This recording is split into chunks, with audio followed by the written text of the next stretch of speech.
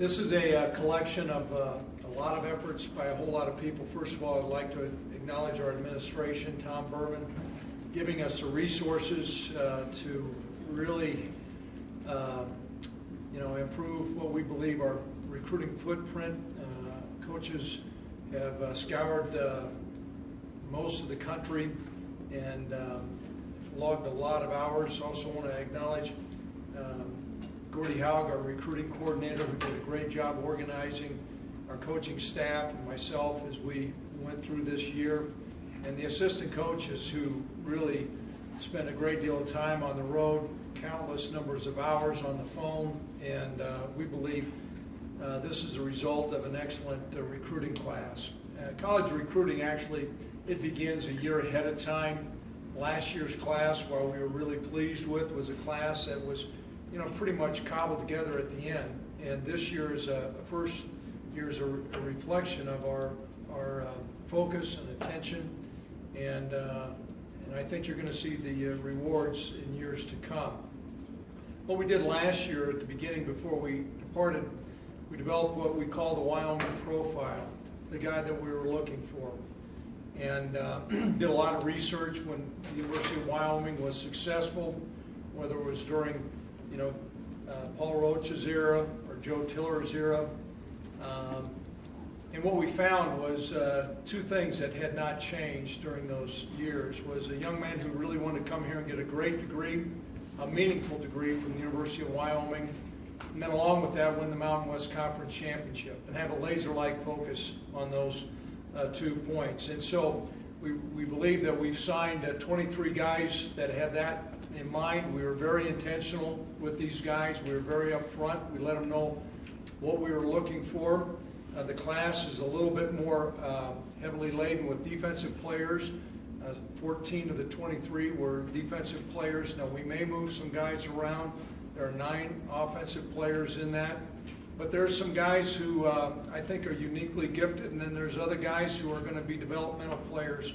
The common question that's asked is which one of these guys is going to play as freshmen. That's going to be determined by one, positional need, physical ability, and emotional maturity. And so those things will come into play as we go into fall camp. So, I can make a couple brief comments here, Tim, if that's what you want to do on each player, or just go ahead and open it up for questions. We'll open it up for questions, and then we're going to go through each one of the players that we did sign today. So any questions from the audience? Craig, you mentioned it's kind of a little more defensive heavy. Were you happy with the distribution? I see 5 defensive backs, 5 linebackers, 4 defensive linemen. Was that kind of what you were after, or how did that work out? Yeah, it was very close to what we were looking for, Robert.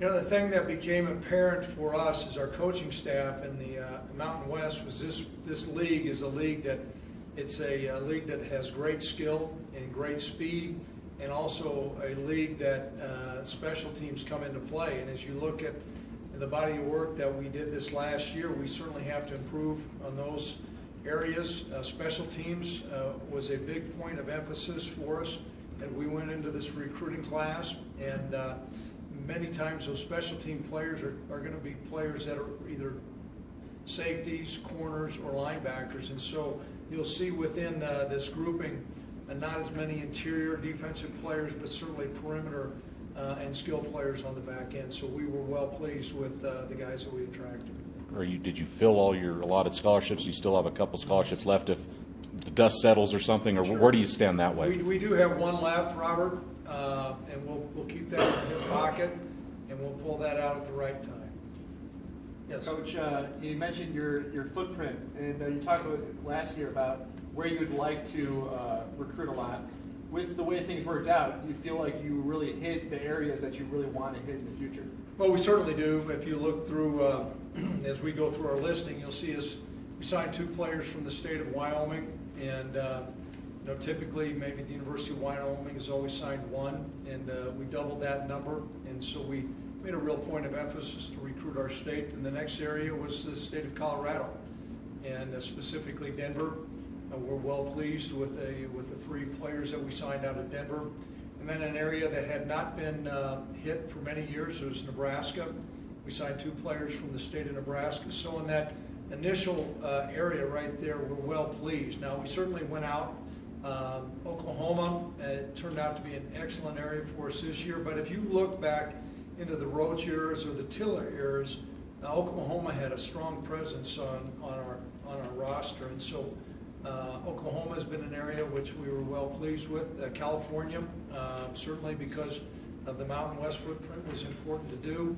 Chicago is an area that has long been recruited by the University of Wyoming also, and so we signed a couple of players out of Chicago, and then we were still able to maintain some ties in Minneapolis, St. Paul. So I think I may have brushed over a couple of those, but that was kind of our initial footprint. Or was it to kind of shore up those positions and get some young players coming in? Well, it was critical for us at the defensive end position, and it was important for us also to have a composition of a couple high school players along with a junior college player, simply because we wanted to stagger out some of the distribution within that class. And so we were able to do that. We signed, we think, an excellent junior college defensive end who's going to have the ability and the maturity to come in and play right away. And then two players that, they may or may not play. We may or may not redshirt, contingent upon, how they are. But there's certainly more developmental players, but we're certainly pleased with that distribution there. I think Robert had a question. You mentioned, there was 2 offensive linemen in this group. Was that kind of by design, or were you hoping to maybe get more, but just didn't work out, or do you feel good where you're standing, where maybe the next class coming up, you might be a little more heavy in that area? We hit a safety net of 2. There was another young man that we're recruiting. If we would have gotten a commitment out of him, we would have taken the commitment, but we just didn't feel, it was going to have to be a guy that was significantly above the line. The 2 guys that we signed, one's an inside player, meaning could either play guard or center, and another one is a tackle. And so that's the right distribution that we were looking for there. Other questions? Mike? Specifically, but with the preferred walk-ons, can you tell us what exactly a preferred walk-on means, and how important Sure. is that going to be, no matter where they're from, of building depth and building this program? Sure. The biggest thing, the old adage of just walking on, we have a squad size of 115. And so as a result of that, there's a cap. And so the term walk-on would just mean anybody who just shows up on campus, and that has happened before. But these young men, they're guaranteed a spot on the 115 roster, and those are prized spots. And so that's why we utilize that term. Other questions that are out here?